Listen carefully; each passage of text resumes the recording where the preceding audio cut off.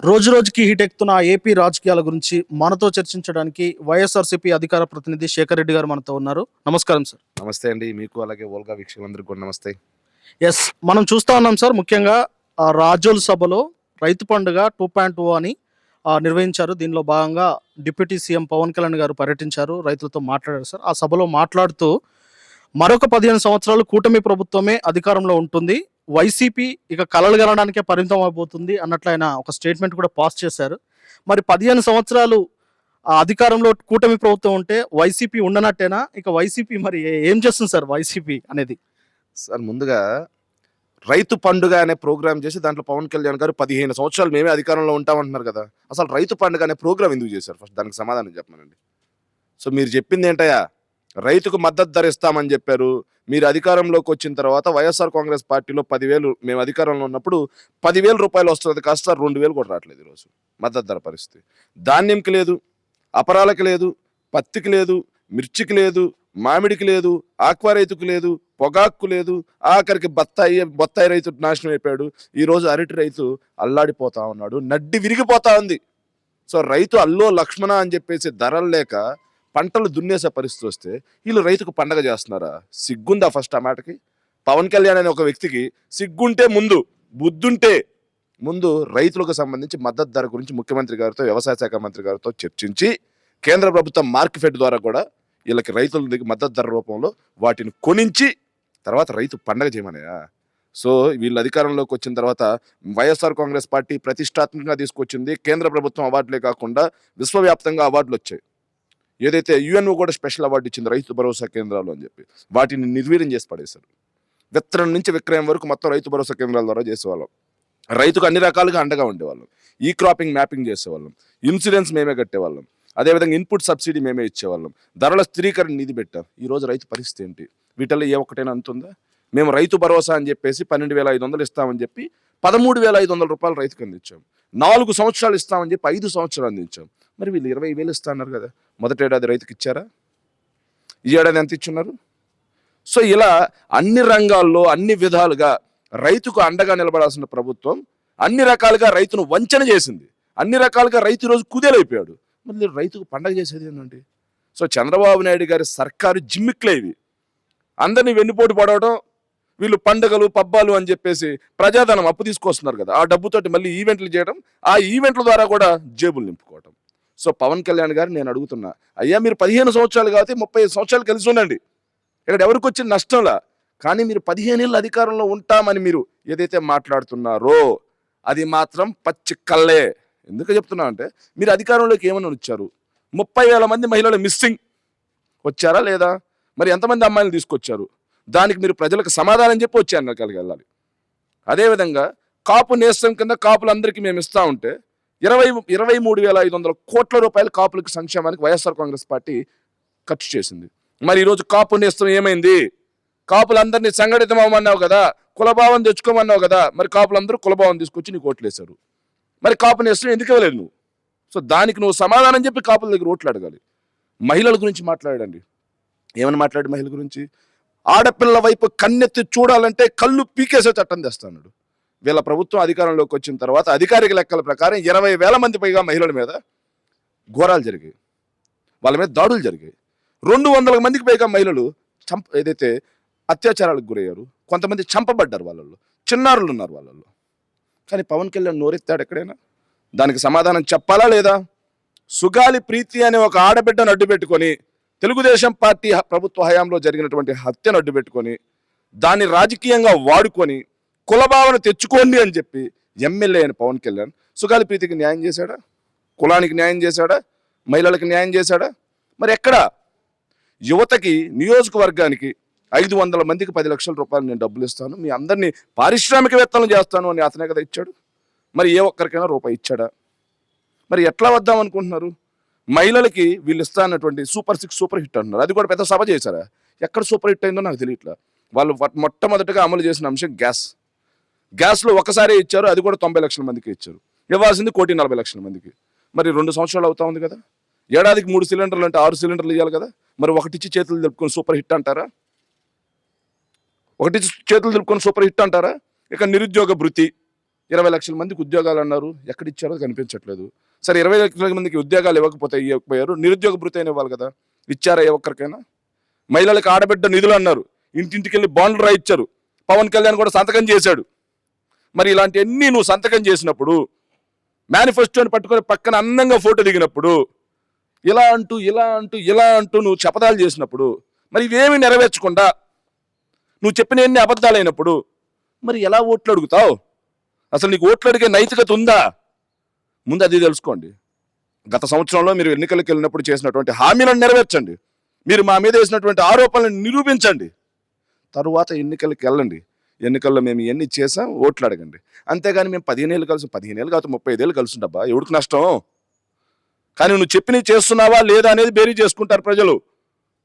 మీ కూటమి కలిసింది కాబట్టి ఓట్లేరండి. మీరు ఇచ్చిన హామీలు నెరవేర్చారా లేదా? వైఎస్ జగన్మోహన్ రెడ్డి గారి మీద, వైఎస్ఆర్ కాంగ్రెస్ పార్టీ మీద గత 5 సంవత్సరాల్లో మీరు చల్లిన బురదని నిరూపించారా లేదా? అది క్యాలిక్యులేట్ అవుతుంది రేపు. ప్రజలు మన పవన్ కళ్యాణ్ గారు స్క్రిప్ట్ అంటే దేవుడి స్క్రిప్ట్ ఎలా ఉంటుందంటే అండి, వైఎస్ జగన్మోహన్ రెడ్డి గారు అధికారంలో ఉన్నప్పుడు, ముఖ్యమంత్రిగా ఉన్నప్పుడు ప్రోటోకాల్ అనేది ఒకటి ఉంటుంది. అంటే మనం 10వ తరగతి కూడా ముక్కి మూలిగి అత్యవసర మార్కులతో కలిపిన మార్కులతో పాస్ అయ్యాం కాబట్టి మనకి అన్ని తెలియవు. మనకి తెలియకపోతే పక్కన ఎవరైనా చదువుకున్న పెట్టుకుంటే, అయ్యా ఎందుకయ్యా అట్లా మొత్తం బారికేడ్ చేస్తారు అని చెప్తే, సార్ ప్రోటోకాల్ ఉంటుంది సార్, ప్రైమ్ మినిస్టర్కి ఒక ప్రోటోకాల్, చీఫ్ మినిస్టర్కి ఒక ప్రోటోకాల్, అదేవిధంగా మినిస్టర్కి ఒక ప్రోటోకాల్ ఉంటుంది సార్. ఆ ప్రోటోకాల్ అనేది ముఖ్యమంత్రి గారి చేతిలో ఉండదు. ప్రోటోకాల్ అనేది పూర్తిగా భద్రతా అధికారుల చేతిలో ఉంటుంది. దాన్ని ఉల్లంఘించే హక్కు ముఖ్యమంత్రికి కూడా లేదు సార్, ప్రధానమంత్రికి కూడా ఉండదు సార్ అని చెప్పేవాడు. మనకు చదువు రాదు, ఎవరిని అడిగి తెలుసుకోం కాబట్టి మహారాణి పరదాల పక్కన తిరుగుతుందని జగన్మోహన్ రెడ్డి గారి గురించి ఎద్దే వేశాడు. మరి ఈ మహారాణి, ఈ పిఠాపురం పీఠాధిపతి మహారాణి, ప్యాకేజ్ కోసం, పవర్ కోసం, అదేవిధంగా ప్రోటోకాల్ కోసం తిరిగే ఈ మహారాణి మరి ఎందుకలా తిరుగుతూ ఉంది? దాన్నే కర్మ తిరిగి వచ్చి మెడకు చుట్టుకోవడం అంటారు. మనం ఆరోపణ చేసేటప్పుడు, ప్రతిపక్షంలో ఉన్నప్పుడు కన్స్ట్రక్టివ్గా ఆరోపణ చేయాలి. ఏదైనా ఆరోపణ చేసేటప్పుడు విధానపరమైన ఆరోపణ చేయి. ఎస్, దానికి నువ్వు స్టాండ్ అవ్వు, దాని మీద ఫైట్ చేయి. అలా కాకుండా మైక్ నా ముందు పెట్టారు కదా అని చెప్పేసి వెచ్చలవిడిగా ప్రభుత్వం మీద బుర్ర జల్లావు. సభలకు వచ్చారు కదా జనం అని చెప్పి రెచ్చగొట్టావు. చివరికి ఏమైంది? నువ్వు అధికారంలోకి వచ్చి నువ్వు ఏవైతే ఆరోపణలు చేసావో అవే నీ మెడకు చుట్టుకుంటున్నాయి. సో పవన్ కళ్యాణ్ గారిని నేను మీ ద్వారా కూడా రిక్వెస్ట్ చేస్తా ఉన్నా, మీరు 35 ఏళ్ళు కాతే మీరు బ్రతికినంత కాలం మీ జనసేన పార్టీని, తెలుగుదేశం పార్టీకి తాకట్టు పెట్టండి, మాకు వచ్చిన నష్టం లేదు. మీ పార్టీ కార్యకర్తల యొక్క ప్రయోజనాలని తెలుగుదేశం పార్టీకి తాకట్టు పెట్టండి, మాకు వచ్చిన నష్టమే లేదు. కానీ మీరు ఏ ప్రజలకైతే హామీ ఇచ్చి వచ్చారో వాళ్ళకి ఆకాంక్షలు నెరవేర్చిన తర్వాతే ఓటు వెళ్ళే హక్కు ఉంటుంది, ఓటు అడిగే హక్కు ఉంటుంది. లేకపోతే మొన్న పరదాలు వేసుకున్నారు కదా, ఈసారి వాళ్ళు పూర్తిగా బంధించే సంఖ్యలో రావాల్సి వస్తుంది అనమాట. మొత్తం ఏదో జైలు వేసుకుంటూ చూసిన ఇనప కంచెలు అవి వేసుకొని రావాల్సిన పరిస్థితి వస్తుంది. లేకపోతే ప్రజలే సమాధానం చెబుతారు. అలాగే అదే సభలో, అదే పర్యటనలో కేశనపల్లి అక్కడ రైతులతో మాట్లాడుతూ ఇంకొక ఆసక్తికరమైన ఒక అంశాన్ని ఆయన అన్నారు.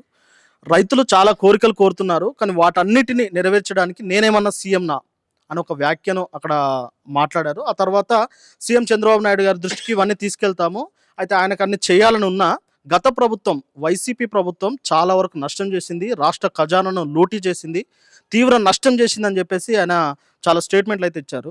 దీన్ని ఎలా చూడొచ్చు అంటారు? పవన్ కళ్యాణ్కి దమ్ముంటే, మగాడైతే ఊరికే అక్కడ కూర్చొని ఉపదంపుడు ఉపన్యాసాలు వద్దు, పేపర్ తీసుకొని రమ్మని చెప్పు. బడ్జెట్ మీద ఎవరి ప్రభుత్వ హయాంలో విధ్వంసం జరిగిందో బట్టలు ఇప్పి నేను గడిగేస్తా. మా నాయకుల వరకు పల్లా, మా జగన్మోహన్ రెడ్డి గారి వరకు పల్లా, నేనున్నా, రమ్మని చెప్పు. బడ్జెట్ కాగ్ తీసుకురమ్మని చెప్పండి. ఎవరు విధ్వంసం చేశారు? 3,36,000 కోట్ల రూపాయలు జగన్మోహన్ రెడ్డి గారు అప్పు చేశారు according to budget CAG auditing ప్రకారం. మరి మీరు చెప్పింది 14 లక్షల కోట్లు అప్పని. 14 లక్షల కోట్లు అప్పు అన్నప్పుడే కదా మీరు ఏమని చెప్పింది? 3,36,000 కోట్లు అప్పు అన్నప్పుడు మీరు హామీ ఇచ్చారా? లేకపోతే 14 లక్షల కోట్లు అప్పు అన్నప్పుడు మీరు హామీ ఇచ్చారా? మీరే 14 లక్షల కోట్లు అప్పు అని చెప్పి మీరే ఇవి హామీలు ఇచ్చి, తీరా వచ్చిన తర్వాత అది 14 లక్షలు కాదు, అబ్బెబ్బే తూచు అని చెప్పి అసెంబ్లీలో 3,36,000 కోట్ల అప్పుని తేల్చి ఇప్పుడు మళ్ళీ విధ్వంసం అంటారా? 17 నెలల్లో చేశారు చూడు, ఇది విధ్వంసం అంటే చెప్పనా? బడ్జెట్ లోపల, బడ్జెట్ బయట అమరావతి కోసం చేసిన అప్పులు మొత్తం కలిపి 2,27,000 కోట్ల రూపాయలు పోయిన నెల, మొన్న మంగళవారం వరకు. వాటికి తోడుగా మరో 32,500 కోట్ల అమరావతికి, మరో 9,000 కోట్ల అమరావతికి. సంవత్సరం కూడా కాల 2,70,000 కోట్ల అప్పు తీసుకొచ్చారు చూడు, అది విధ్వంసమా? ఇది విధ్వంసమా? కోవిడ్ వచ్చింది, 40,000 కోట్ల రూపాయలు ప్రజా ఆరోగ్యం మీద ఖర్చు పెట్టాల్సినటువంటి పరిస్థితి. 70,000 కోట్ల రూపాయల రాష్ట్ర ఆదాయం పడిపోయింది. 2,75,000 కోట్ల రూపాయల సంక్షేమం చేశాం. 4 పోర్ట్లు కట్టించాం, 17 మెడికల్ కాలేజీలు, 10 ఫిషింగ్ హార్బర్లు, అదేవిధంగా 6 ఫిష్ ల్యాండింగ్ సెంటర్లు. ఇవన్నీ ఎవరు చేశారు? 1,20,000 కోట్ల రూపాయల పెట్టుబడులు కేవలం 4 ఏళ్లలో గ్రౌండ్ చేశాం. మేమేమైతే విశాఖ గ్లోబల్ ఇన్వెస్ట్మెంట్ సమ్మిట్లో చేసుకున్నటువంటి ల్యాండ్ అలాకేట్ చేసినటువంటి జీవోలు ఇచ్చిన కంపెనీలకి చెల్లికి జరగాలి మళ్ళీ మళ్ళీ పెళ్లి అన్నట్టుగా లోకేష్ క్రెడిట్ తీసుకుంటా ఉన్నాడు. కేవలం ప్రభుత్వ రంగంలో 2,36,000 మందికి ఉద్యోగాలు ఇచ్చాం. ప్రభుత్వ రంగంలో ఏది శాశ్వత ఉద్యోగాలు, కాంట్రాక్ట్ ఉద్యోగులతో కలిపితే 6 లక్షల మందికి ఇచ్చాం. మా 5 సంవత్సరాల్లో 50 లక్షల మందికి ఉపాధి ఉద్యోగం కల్పించామని చెప్పి మొన్న మీరు సోషియో ఎకనామిక్ సర్వేలో స్టాంప్ గుద్దిచ్చారు. ఏదైనా రాష్ట్ర అభివృద్ధి కొలమానివ్వండి, రాష్ట్ర ఆదాయం పెరగాలి. స్టేట్ ఓన్ రెవెన్యూ ట్యాక్స్ 50,000 కోట్ల రూపాయల నుంచి మనం 90,000 కోట్లకు మనం పెంచాం. 50,000 కోట్లు ఎక్కడ, 90,000 కోట్లు ఎక్కడ? 5 ఏళ్ళు కోవిడ్ ఉన్నా సరే మరి రాష్ట్రం విధ్వంసం అయినట్ట. ఏదైతే జిఎస్డిపి డబుల్ చేసాం, మాకు చంద్రబాబు నాయుడు గారు దిగిపోతూ 7,90,000 కోట్లు జిఎస్డిపి, మేము దిగిపోయేటప్పుడు 16 లక్షల కోట్లు. సో విధ్వంసం అంటే అదే. ఇప్పుడు చూస్తే జిఎస్టీ వసూళ్లు డమాల్, కొనుగోలుదారుడి యొక్క శక్తి డమాల్, స్టేట్ ఓన్ రెవెన్యూ ట్యాక్స్ డమాల్, అదేవిధంగా సెంట్రల్ నుంచి రావాల్సినటువంటి గ్రాంట్స్ డమాల్, అప్పులు చూస్తే హై. ఎఫ్ఆర్బిఎం పరిమితికి మించి అప్పులు చేస్తా ఉన్నారు. ఈరోజు కేవలం 7 నెలల్లో 67,000 కోట్ల రూపాయలు అప్పు చేశారు ఏంటి ఆర్బీఐ బాండ్ల ద్వారా. మనకు వచ్చింది 73,000 కోట్లు సంథింగ్ ఎఫ్ఆర్బిఎం పరిమితి, కానీ 6 నెలల్లో చేసేసారు. ఇక రెండిటి ఆ స్టేట్ పెరిగిందా పెరగలేదా అనడానికి రెవెన్యూ డిఫిసిట్ అంటారు. మన ఆదాయం ఎంత, మన ఖర్చు ఎంత, వాటి రెండింటి మధ్య ఆంతర్యం వాళ్ళు బడ్జెట్లో పెట్టింది 36,000 కోట్ల రూపాయలు. ఇది సంవత్సరం మొత్తం మీద. కానీ 6 నెలలకు ఎంతో తెలుసాయా? 47,000 కోట్ల రూపాయలు. 6 నెలల్లోనే 47,000 కోట్ల రూపాయలు రెవెన్యూ డిఫిసిట్. అంటే ఆదాయం పడిపోయింది. ఒక పక్క విచ్చలవిడిగా దుబారా, ఇంకోవైపు అప్పులు, ఇంకోవైపు విధ్వంసం. ఇది కదా విధ్వంసం అంటే. రాష్ట్ర ఆదాయాలు ఎప్పుడు పడిపోయినాయి? మీరు వచ్చాక పడిపోయింది. కోవిడ్ ఉన్నా సరే రాష్ట్ర ఆదాయం పడిపోలేదు. సో ఇవన్నీ లెక్కలతో నేను మాట్లాడతా, ఎవిడెన్స్తో నేను మాట్లాడతా. పవన్ కళ్యాణ్కి దమ్ముంటే రమ్మనయ్య, నేను వస్తా చర్చకి. అట్టా కాకుండా అక్కడ కూర్చొని ఆవు వ్యాసాలు చెబితే మాత్రం కుదరదు.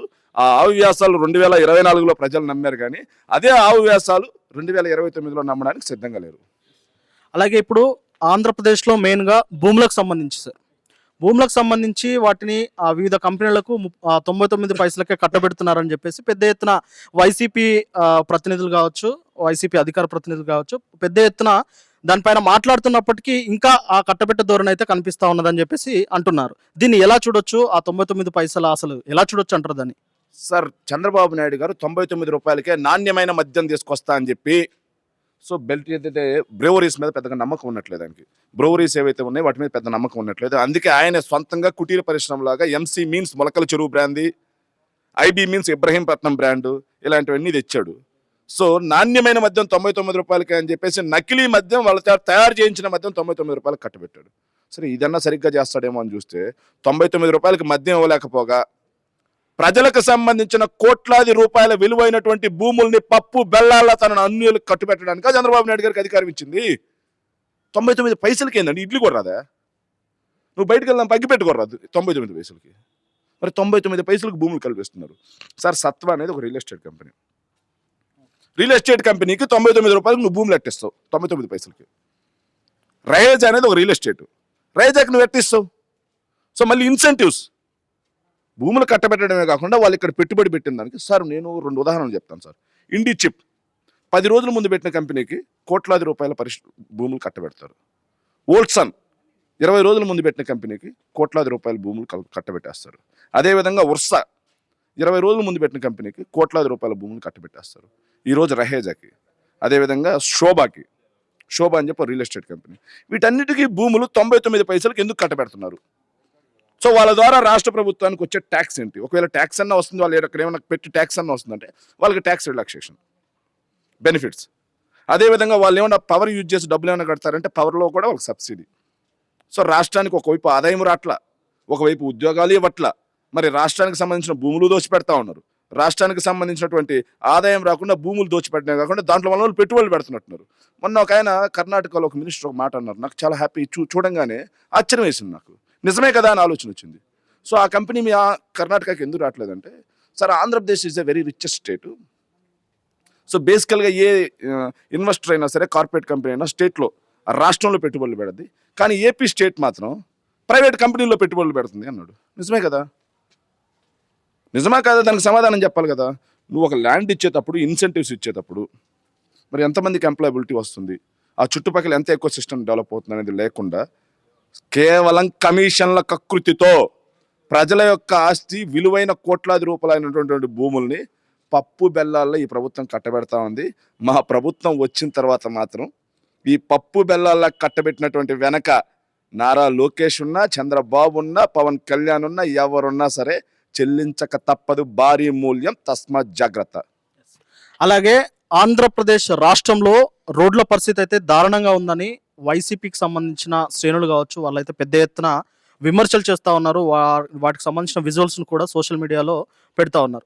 ఈ నేపథ్యంలో టీడీపీ అనుకూల ఒక మీడియా పత్రిక దాని గురించే రాస్తూ, అంటే ఇది మంతా తుఫాన్ వచ్చిన కారణంగానే రోడ్లు కొట్టుకుపోయాయి అన్నట్టు ఒక కవరింగ్ స్టోరీ లాగా అనిపించింది అందరికీ. దీన్ని యాక్చువల్గా వైసీపీ పాలనలో రోడ్లు మరీ గతుకులు పోయాయి, అసలు రోడ్లు కూడా నిర్మాణిస్తలేరు అని చెప్పేసి పెద్ద ఎత్తున విమర్శించారు. అయితే టీడీపీ కూటమి అధికారంలోకి వచ్చిన తర్వాత రోడ్ల నిర్మాణ పనులు చేపట్టారా?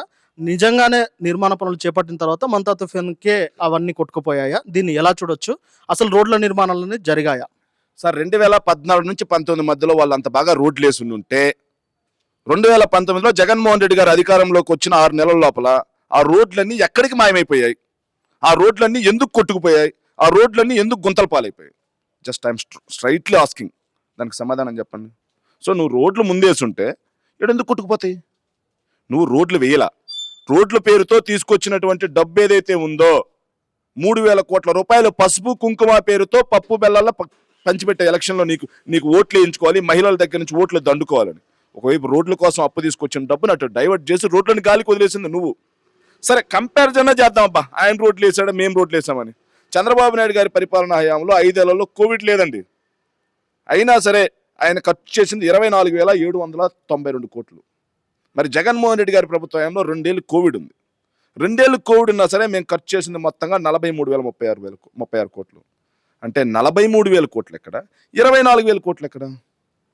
చంద్రబాబు నాయుడు గారి ప్రభుత్వ హయాం కంటే కూడా 20,000 కోట్ల రూపాయలు ఎక్కువ రోడ్ల మీద దృష్టి సారించాం మేము. సో స్టేట్ హైవేస్ కావచ్చు, రోడ్ల మరమ్మతులు కావచ్చు, పంచాయతీరాజ్ హైవేలు కావచ్చు, నేషనల్ హైవేస్ కావచ్చు, మేము డబ్బు ఎక్కువ కేటాయించాం. సో కానీ అధికారంలోకి మేము వచ్చిన వెంటనే 6 నెలల తర్వాత మొదలెట్టారండి. కొన్ని చోట్ల అయితే వాళ్ళే ఉన్మాదుల్లా బాగా ఉన్నటువంటి రోడ్లను కూడా గుంతలు తొయ్యి మరీ పెట్టారు. మరి వీళ్ళు అద్దాలు వచ్చినట్టు వచ్చాయని చెప్పారండి. రోడ్లు పాలు పోస్తే పాలు ఎత్తుకోవచ్చు అని కూడా మాట్లాడారండి. కానీ ప్రజలందరూ ఏం చేశారంటే, పాలు పోస్తే పాలు రావట్లేదే, కనీసం డికాషన్ అయిపోతా ఉంది అని చెప్పేసి మెట్టేట్లు పడ్డాయి వాళ్ళకొకరికి. నిజంగా నెటిజన్లు పాలు పోస్తే పాలు పోస్తామన్న మాట్లాడిన వ్యక్తులకి మెట్టేట్లు కొట్టారు. ఆ వీడియోలు చూపించి, డైరెక్ట్గా విజువల్స్ చూపించి డికాషన్ వస్తా ఉందని చెప్పి. అయినా బుద్ధి రాల. సో ఈ ప్రభుత్వం అధికారంలోకి వచ్చిన తర్వాత మొట్టమొదటిగా వీళ్ళు చెప్పింది ఏంటంటే, మేము రోడ్ల కోసం జగన్మోహన్ రెడ్డి సర్కారు ఏమీ ఖర్చు చేయలేదు, మేము అద్భుతంగా ఖర్చు చేయబోతున్నాం, మా బడ్జెట్లో 9,500 కోట్ల రూపాయలు కేవలం రోడ్ల కోసం ఖర్చు పెడుతున్నామని చెప్పేసి పయ్యావుల కేశవ్ గారు బడ్జెట్ ప్రసంగంలో చెప్పారు. సరే కేటాయింపులు చూస్తే, అమ్మో నిజమేనా అనుకుని కేటాయింపులు చూస్తే, మేము 8,500 కోట్లు 2023-24 ఆర్థిక సంవత్సరానికి రోడ్లకు ఖర్చు పెడితే వాళ్ళు కేటాయించింది ఏంటంటే 8,300 కోట్లు. మాకన్నా 200 కోట్లు తక్కువే. ఖర్చు కాదు, మేము ఆల్రెడీ ఖర్చు చేశాం, వీళ్ళు కేటాయించాడు, అందులో ఎంత ఖర్చు పెడతారో మళ్ళీ బడ్జెట్ ఎండింగ్లో చూడాలి. సో రోడ్లను గాలికి వదిలేశారు. మొట్టమొదటి ఏంటంటే 4-5 రోడ్లు సుందరంగా చూపించారండి. వాటన్నింటిని వాళ్ళకున్న మీడియా బలంతో అద్దంలో అయిపోయి మెరిసిపోతున్నాయని చెప్పారండి. ఇప్పుడు నెటిజన్లు అందరూ ఆ రోడ్ల దగ్గరికి వెళ్ళి మెట్టేట్లు కొడుతున్నసరికి దాన్ని కవరింగ్ చేయాలంటండి. ఏమని? మోంతా తుఫాన్ వచ్చి రోడ్లు కొట్టిపోయాయంట. మరి జగన్మోహన్ రెడ్డి గారు అధికారంలో ఉన్నప్పుడు నివార్ తుఫాన్ వచ్చింది, మరి రోడ్లు కొట్టుకుపోవా? జగన్మోహన్ రెడ్డి అధికారంలో ఉన్నప్పుడు విపరీతమైన వర్షాలు పడ్డాయి, మరి రోడ్లు కొట్టుకుపోవా? అప్పుడు రోడ్లు కొట్టుకుపోతే జగన్మోహన్ రెడ్డి గారు, ఇప్పుడు రోడ్లు కొట్టుకుపోతే మోంతా తుఫానా? అంటే చంద్రబాబు నాయుడు గారికి దెబ్బ తగలకుండా శుతి మెత్తగా రాస్తావా నువ్వు? సో ఇదంతా ఎందుకు రాశారంటే అండి, మోంతా తుఫాన్ పేరు చెప్పి రోడ్లు పాడైపోయాయి అని చెప్పేసి మళ్ళీ ప్రయాణికుల యొక్క తోలు తీయడానికి ఈ ప్రభుత్వం సిద్ధంగా ఉంది. బాదుడే బాదుడు, కుమ్ముడే కుమ్ముడు, గుద్దుడే గుద్దుడు అని ఎంతమంది అన్నాడని. దానికి ఇప్పుడు చంద్రబాబు నాయుడు గారు అప్పుడే చెప్పాడు, ప్రజలకు అర్థం కాల. ఏమని చెప్పారంటే, నేను అధికారంలోకి వస్తే ధరలు పెంచి ఆల్రెడీ ఇప్పటికే విద్యుత్ ఛార్జీల రూపంలో 17,500 కోట్లు బాదుడు అన్నాడు. ఇప్పుడేమో రోడ్లు వేయడానికి సెస్ అంటండి. పెట్రోల్ మీద, గనుల మీద, ప్రభుత్వ ఆస్తుల మీద, రిజిస్ట్రేషన్ల మీద, అన్నిటి మీద సెస్ పేరుతో ప్రజల దగ్గర నుంచి డబ్బు వసూలు చేసి రోడ్లు వేస్తారంటండి. సరే రోడ్లు వేస్తున్నారు కదా, మామూలుగా ఏంటంటే మనం ఒక వెహికల్ కొంటాం, 15 సంవత్సరాల పాటు దానికి రోడ్ ట్యాక్స్ మనం ముందే కట్టేస్తాం. 1,80,000, 2 లక్షలు అలా ఉంటుంది ఒక వెహికల్కి. కట్టేసినందుకు ప్రభుత్వం ఏం చేయాలి? బాధ్యతగా మనకు రోడ్డు సర్వీస్ అనేది కల్పించాలి. అందుకే మన దగ్గర డబ్బులు తీసుకునేది. దానికి సరిపోవట్లేదండి చంద్రబాబు నాయుడు గారికి. మళ్ళీ ఆ రోడ్డు వేయడానికి సెస్ రూపంలో లాగుతున్నాడండి. సరే రోడ్డు వేయడానికి సెస్ రూపంలో లాగాడు, రోడ్డు మీద ఎక్కుతాం అనుకుంటే అది కూడా కాదంటండి. మళ్ళీ ఆ రోడ్డు ఎక్కిన తర్వాత టోల్ గేట్ రూపంలో మళ్ళీ తోలు. దీన్నే మధ్యల దరువు వాయింపుడు అంటాడు, దీన్నే గుద్దుడు అంటారు, దీన్నే కుమ్ముడు అంటారు. సో ప్రజలందరూ కూడా ఆలోచిస్తూ ఉంటారు, గమనిస్తూ ఉన్నారు. చంద్రబాబు నాయుడు గారి ప్రభుత్వంలో సంక్షేమం ఉండదు, చంద్రబాబు నాయుడు గారి ప్రభుత్వంలో అభివృద్ధి ఉండదు, చంద్రబాబు నాయుడు గారి ప్రభుత్వంలో ఉద్యోగాలు ఉండవు. చంద్రబాబు నాయుడు గారి ప్రభుత్వంలో ఉండేది కేవలం దోపిడీ, దుబారా, అప్పులు, విచ్చలవిడి కరప్షన్. ఇంకొకటి చివరిగా చెప్తున్నాను, అందరూ చంద్రబాబు నాయుడు గారు అది చేశారు, ఇది చేశారు అన్నారు. చంద్రబాబు నాయుడు గారు తన 15 సంవత్సరాల ముఖ్యమంత్రి కాలంలో ఆయన చేసినటువంటి బిగ్గెస్ట్ అచీవ్మెంట్స్ కొన్ని ఉన్నాయి. చెప్పనా? వినే ఓపికందా చెప్పమంటావా? మొట్టమొదటిది శ్రమదానం అని చెప్పి అందరినీ మొక్కలు నాటిస్తాడు, దాని రూపంలో డబ్బులు దోచేస్తాడు. 2 నీరు చెట్టు కార్యకర్తల జోబులు నింపడం కోసం అద్భుతమైన కార్యక్రమం. తర్వాత ఇంకుడు గుంతలు, ఫారం పాండ్స్. తర్వాత ఆయన తీసుకొచ్చింది ఏంటంటే ఎలుకలపై యుద్ధం, దోమలపై దండయాత్ర, ఇప్పుడు కొత్తగా పురుగులపై పోరాటం చేయడానికి సిద్ధపడ్డాడు. ఇవి ఆయన చేసిన బిగ్గెస్ట్ అచీవ్మెంట్స్. కానీ ఆయన బ్రెయిన్ చైల్డ్ ఒక సంక్షేమ పథకం లేదు, ఆయన బ్రెయిన్ చైల్డ్ ఒక అభివృద్ధి పథకం లేదు. కేవలం డబ్బా కొట్టుకోవడమే ప్రజలన్నీ గమనిస్తున్నారు. 2029లో ఎలాంటి తీర్పు ఇవ్వాలో అలాంటిది ఇస్తారు. Thank you. ఇంకొకటి, ఒక చిన్న వీడియో చూపెడతాను మీకు. ఇది మీరు చూసే ఉంటారు సార్ ట్విట్టర్లో. చూశానండి, నారా లోకేష్ గారు కూడా దాన్ని రీట్వీట్ చేశారు. ఎస్, అంటే ఈ క్వశ్చన్ అడగడానికి కారణం అదే, నారా లోకేష్ గారే దీన్ని రీట్వీట్ చేశారు. ఇది ఒకటి. ఇంకోటి ఏంటంటే దీనికి రిలేటెడ్గా ఇంకో క్వశ్చన్ అండి. యనమల రామకృష్ణ గారు కూడా మాజీ మంత్రి, ఆయన కూడా నిన్న మొన్న జరిగిన మాక్ అసెంబ్లీ గురించి ఆయన మాట్లాడుతూ ఆ పిల్లలను చూసి జగన్మోహన్ రెడ్డి గారు నేర్చుకోవాలి, ఆయన అసెంబ్లీకే రావడం లేదు అన్నట్లు ఆయన వ్యాఖ్యానించారు. దీన్ని ఎలా చూడొచ్చు? ఇంకోటి, అసలు వాళ్ళు అసెంబ్లీకి రావాలన్న ఒక ఫ్యాంటసీ వాళ్ళకి ఎందుకు ఏర్పడుతుంది? జగన్మోహన్ రెడ్డి గారు ఎందుకు అంత కఠినంగా అసెంబ్లీకి రాకుండా ఆయన ఉన్నారు? సార్ ఒక విషయం ముందుగా పిల్లల గురించి మాట్లాడుతాను. నేను నిన్న నైట్ చాలా గర్వపడ్డానండి. ఒక వైఎస్ఆర్ కాంగ్రెస్ పార్టీ తరఫున ఒక స్పోక్స్ పర్సన్గా పార్టీని రిప్రజెంట్ చేస్తున్నందుకు రియల్లీ నేను కాల్ ఎగరేసుకున్నాను నిన్న నైట్. ఎందుకంటే సోషల్ మీడియాలో ట్రోలింగ్ అనేది సహజం. మహిళల మీద ఆ పార్టీ ఈ పార్టీ అని లేదండి, మహిళల మీద పార్టీ అన్న తర్వాత ఎవరో ఒకరు ఇద్దరు అగ్రెసివ్గా ఉండేవాళ్ళు ఉంటారు. అంత మాత్రాన పార్టీ మొత్తం అలాంటిది కాదు, ఏ పార్టీ అయినా. సో టీడీపీలోనూ అగ్రెసివ్గా కొంతమంది పోస్టులు పెడతారు, వైసీపీలోనూ పెట్టేవాళ్ళు ఉన్నారు, అండ్ జనసేనలోనూ పెట్టేవాళ్ళు ఉన్నారు. కానీ గత 5 సంవత్సరాల ముందు మా అధికారంలో ఉన్నప్పుడు నేను ఒక విషయంలో చాలా బాధపడ్డా. ఏంటంటే నా కొడుకు ఉన్నాడు, నా కొడుకు ఒక స్కూల్లో చదువుతా ఉన్నాడు. నా కొడుకు ఇంటికి రాయిచ్చి ఫ్లూయెంట్ ఇంగ్లీష్ మాట్లాడుతుంటే నేను ఉప్పింగిపోతా. అరే నా కొడుకు బాగా మాట్లాడుతున్నారు అని. ఎవరి బిడ్డలైనా అంతే కదా, అంటే మన బిడ్డే మనకి, మంది బిడ్డ మాత్రం బిడ్డ కాదా? వైఎస్ఆర్ కాంగ్రెస్ పార్టీ అధికారంలో ఉన్నట్టు మొట్టమొదటిగా మేము తీసుకొచ్చింది ఇంగ్లీష్ మీడియం విద్య. నాడు నేడు ద్వారా స్కూల్స్ డెవలప్ చేసాం, డిజిటల్ సిలబస్ తీసుకొచ్చాం, ఇంగ్లీష్ మీడియం ఐబీ సిలబస్ తీసుకొచ్చాం. సో అలాంటి పరిస్థితుల్లో మేఘన అనే ఒక పాప, మై నేమ్ ఈజ్ మేఘన అని ఫ్లూయెంట్ యుఎస్ యాక్సెంట్ ఇంగ్లీష్ మాట్లాడిన. తప్పేంటి దాంట్లో? ఎందుకు జీర్ణించుకోలేకపోయారు ఆ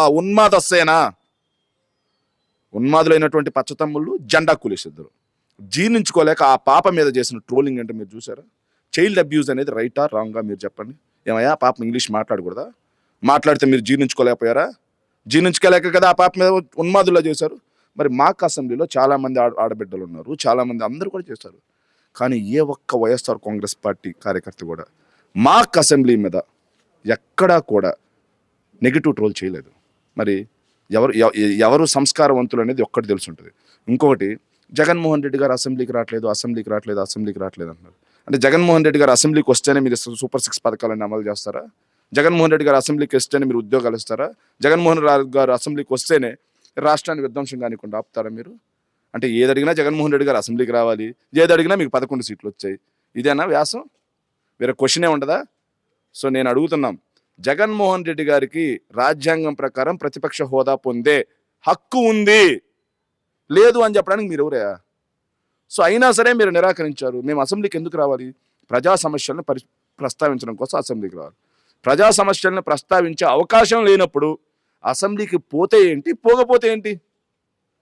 సో వాళ్ళు ఏం కోరుకుంటున్నారంటే జగన్మోహన్ రెడ్డి గారు అక్కడ ఉండాలి, జగన్మోహన్ రెడ్డి గారి మీద విచ్చలవిడిగా బూతులతో అన్నిటితో దాడి చేసి పైశాచిక ఆనందం పొందాలి అన్న ఒక ఉద్దేశంలో ఉన్నారు. సరే, వాళ్ళ ఆనందం ఎలా ఉందో ఉంచేయండి. చివరిగా ఆ వీడియో చూపించారండి. అట్టాటి వీడియోలు నారా లోకేష్, అట్టాటి వీడియోలు షేర్ చేసి పైశాచిక ఆనందం పొందుతున్నావు కదబ్బా, అట్టాటి వీడియోలు ఎన్నొస్తాయో చూడండి. ఆ రోజు నీతులు మాట్లాడితే మాత్రం ఈరోజు ఏం మాట్లాడుతున్నారు? మీరు వ్యంగ్యాలు వేసి జగన్మోహన్ రెడ్డి గారి మీద, ఒక మాజీ ముఖ్యమంత్రి గారి మీద రోడ్డు మీద కూర్చోబెట్టి మీరు జగన్మోహన్ రెడ్డి గారిని మీరు చిత్రీకరించిన తీరేదైతే ఉందో అది ఖచ్చితంగా కాలం అనేది ఒకటి ఉంటుంది.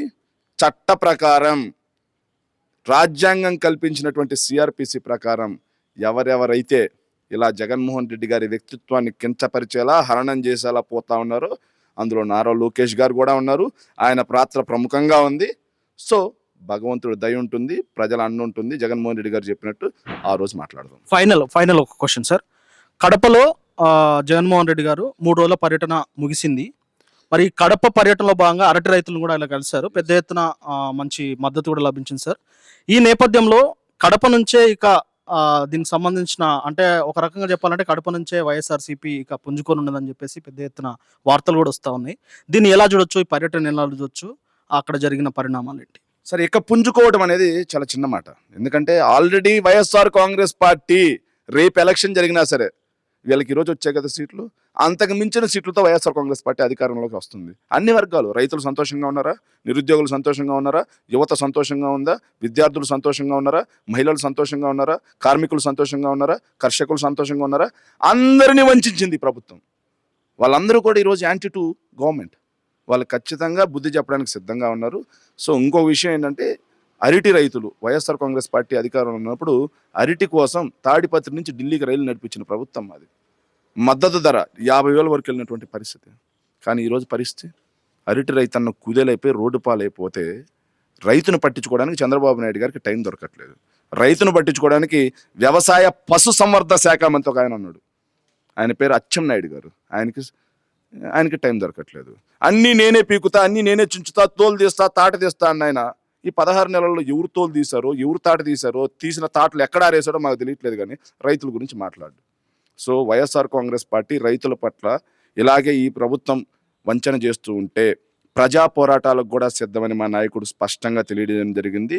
సో రైతులకు వంచన చేస్తే వైఎస్ఆర్ కాంగ్రెస్ పార్టీ రోడ్డు ఎక్కుతుంది, ఈ ప్రభుత్వాన్ని చొక్కా పెట్టుకొని నిలదీయడానికి సిద్ధంగా ఉంది. Thank you sir. ఇది వైఎస్ఆర్సీపీ అధికార ప్రతినిధి శేఖర్ రెడ్డి గారితో ఓల్గా టైమ్స్.